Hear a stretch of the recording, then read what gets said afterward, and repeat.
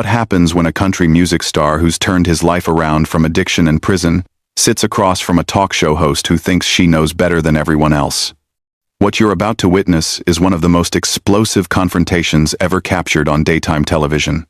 Jelly Roll, the tattooed giant with a heart of gold, walked into The View expecting a normal interview about his music and his incredible journey from the streets to stardom. Instead, he found himself face to face with Behar, who decided to tear him down piece by piece on live television. This isn't just another celebrity interview gone wrong. This is a masterclass in how one person's arrogance can push someone too far. Before we dive into this incredible story, make sure you subscribe to the channel and drop a comment below with your thoughts, because trust me, you're going to have plenty to say after you see what unfolds. The studio lights were blazing hot that Tuesday morning as Jelly Roll adjusted his black button-down shirt and settled into the iconic View chair. The audience was buzzing with excitement, many of them fans who had followed his remarkable transformation from troubled past to chart-topping success. Whoopi Goldberg had just finished the opening segment, and the energy in the studio felt positive, almost electric. Jelly Roll, whose real name is Jason DeFord, had been looking forward to this interview for weeks.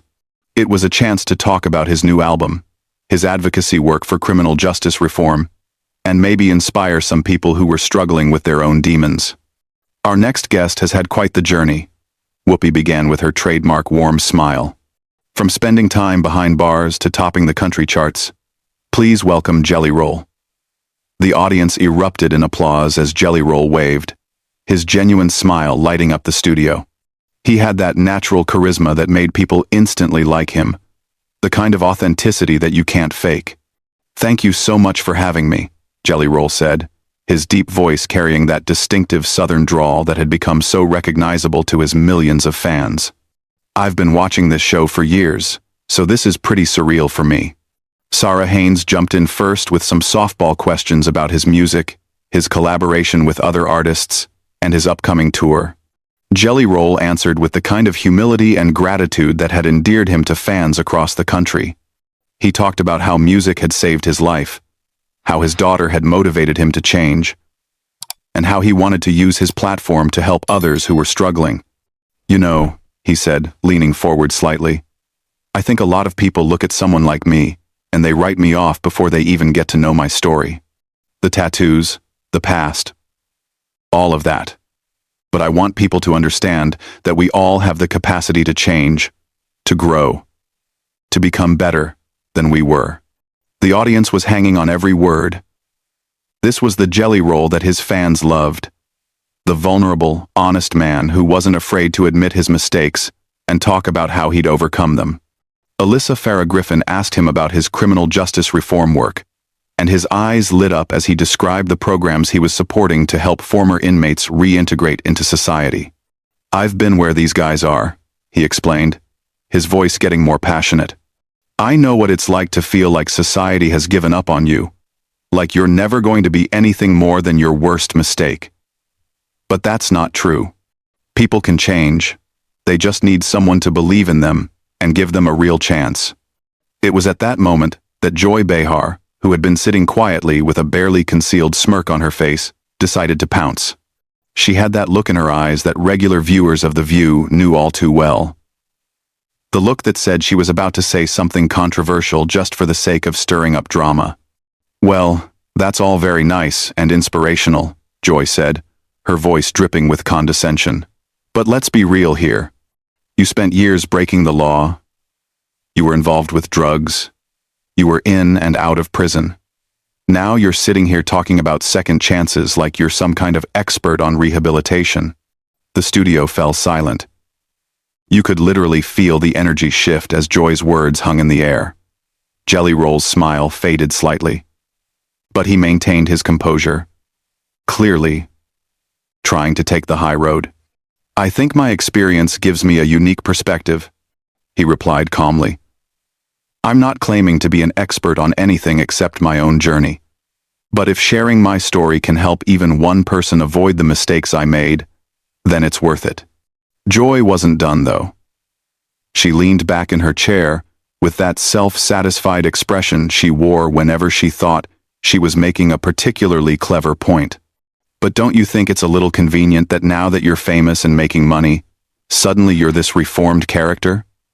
I mean, how do we know this isn't just good PR? The camera caught Jelly Roll's jaw tighten slightly. His hands, which had been relaxed in his lap, clenched into fists for just a moment, before he forced himself to relax them. The other hosts looked uncomfortable, clearly not expecting the interview to take this hostile turn. "Joy," he said, and there was a warning note in his voice that anyone who knew him would recognize. "I think you're misunderstanding what this is about. This isn't PR. This is my life. These aren't talking points. These are real experiences that shaped who I am." But Joy was just getting started.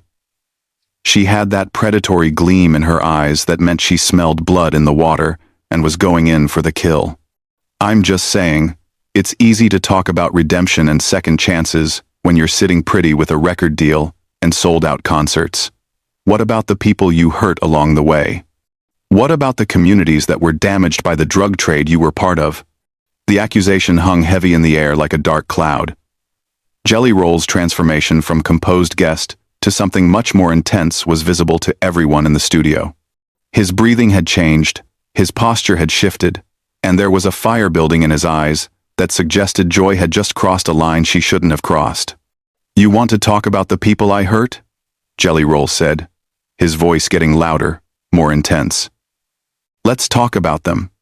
Let's talk about how I've spent every day since I got clean, trying to make amends, trying to do better, trying to use whatever platform I have to help people." Joy, either oblivious to the danger she was walking into, or simply not caring, pressed on with her attack. But that doesn't undo the damage, does it?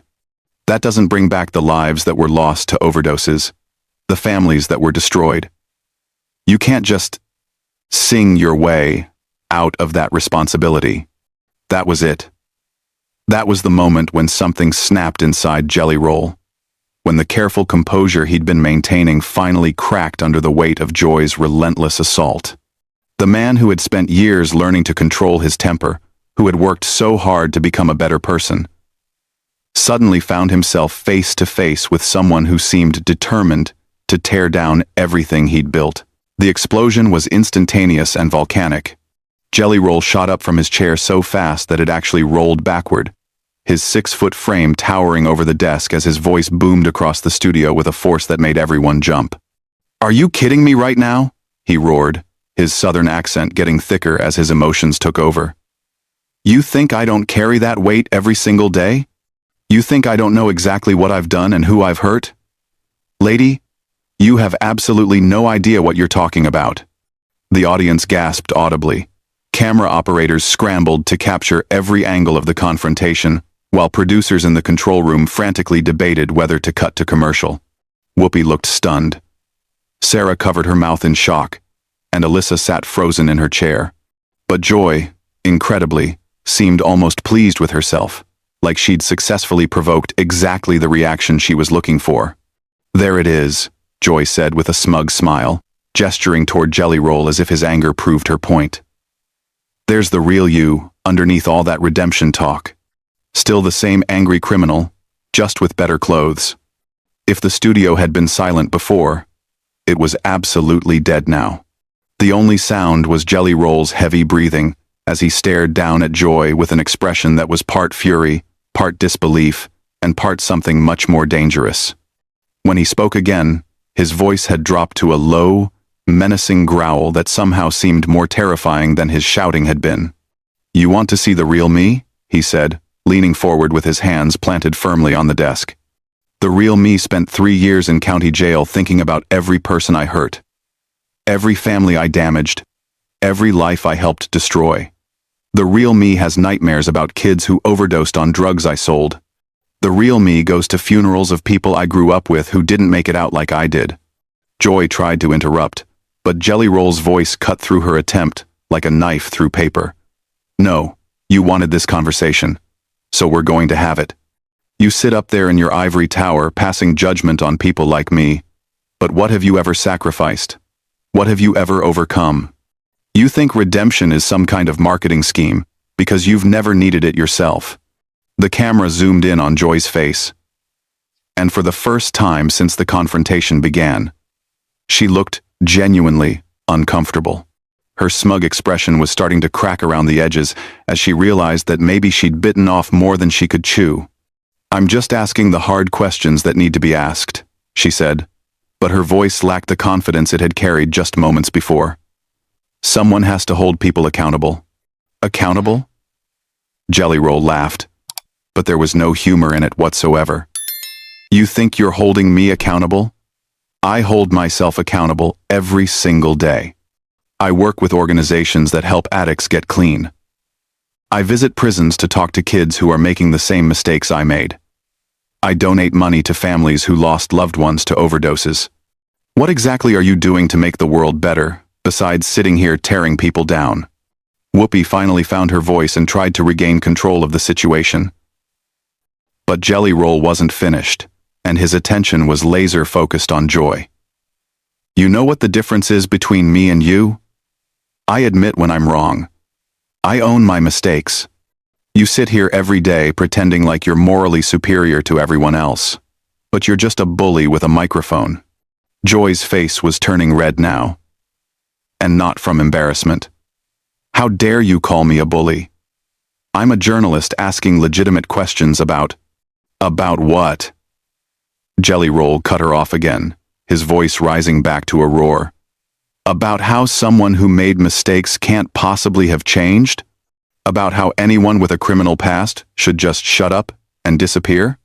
You're not asking questions. You're pushing an agenda. And that agenda is making people feel bad about themselves, so you can feel better about yourself." The other hosts were looking back and forth between them like spectators at a tennis match, clearly unsure whether to intervene or let it play out. The audience was completely silent now, transfixed by the raw emotion and intensity of what they were witnessing. "I've interviewed thousands of people," Joy shot back, her own voice getting louder and more defensive. "I know how to separate genuine rehabilitation from convenient storytelling, and what I see here is someone who's learned to say the right words to make people forget what they really are." That last comment hit Jelly Roll like a physical blow. His face went through a series of expressions, from hurt to anger to something that looked almost like pity. When he spoke again, his voice was quieter but somehow more powerful than it had been when he was shouting. "What I really am," he said slowly, deliberately, "is a father who wants his daughter to be proud of him. What I really am is someone who knows what rock bottom looks like and climbs out of it every single day. What I really am is a human being who made terrible choices and is spending the rest of his life trying to make up for them." He paused, letting those words sink in before continuing. "But what you are, Joy, is someone who gets paid to tear people down on television. Someone who thinks being mean is the same thing as being smart. Someone who has never had to fight for anything real in your entire life. So you don't understand what real change looks like." Joy opened her mouth to respond, but Jelly Roll held up a hand to stop her. "I'm not done. You want to talk about accountability? Let's talk about your accountability. How many people have you discouraged from getting help by making them think that society will never accept their redemption? How many second chances have you destroyed with your cynicism? How many families have you kept divided by convincing them that people can't really change?" The questions hung in the air like accusations, and Joy's face showed that they had hit their mark. She was no longer the confident attacker she had been at the beginning of the confrontation. Now she looked like someone who was realizing that she might have picked a fight with the wrong person. "You think you're so clever," Jelly Roll continued, his voice filled with disappointment more than anger now. "You think you're exposing some kind of fraud, but all you're doing is showing everyone exactly what kind of person you really are. Someone who would rather tear others down than build anything up yourself." Sarah Haynes tried to jump in with a diplomatic comment, but both Joy and Jelly Roll ignored her completely. This had become something much more personal than a television interview. A battle between two completely different philosophies of life. Two completely different ways of looking at human nature and redemption. "I stand by everything I've said," Joy declared, but her voice was shaky now. People have a right to be skeptical of convenient transformations. Quote. Jelly Roll shook his head slowly, and when he looked at her, there was something that almost looked like sadness in his eyes. You know what the really tragic thing is? You could have used this opportunity to have a real conversation about addiction, about criminal justice reform, about how we help people rebuild their lives. Instead, you chose to be cruel for no reason other than your own entertainment. The weight of that statement seemed to settle over the entire studio like a heavy blanket. For a moment, even Joy appeared to be considering his words, but then her defensive instincts kicked back in, and she straightened up in her chair with renewed defiance. Don't lecture me about entertainment, she snapped. This is journalism. This is asking the tough questions that other people are afraid to ask. If you can't handle scrutiny, maybe you shouldn't be putting yourself in the public eye. Jelly Roll's laugh was bitter and cold. Tough questions? Is that what you call this? Let me ask you some tough questions then. When was the last time you admitted you were wrong about something? When was the last time you showed genuine compassion for someone who made mistakes? When was the last time you used your platform to actually help someone instead of just tearing them down? Joy's mouth opened and closed without any sound coming out.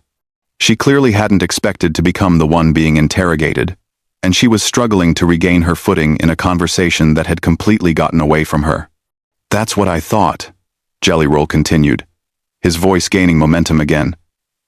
You can dish it out, but you can't take it. You can attack someone else's character all day long, but the moment someone questions yours, suddenly, that's unfair. Whoopi made another attempt to restore order. Okay, I think we need to.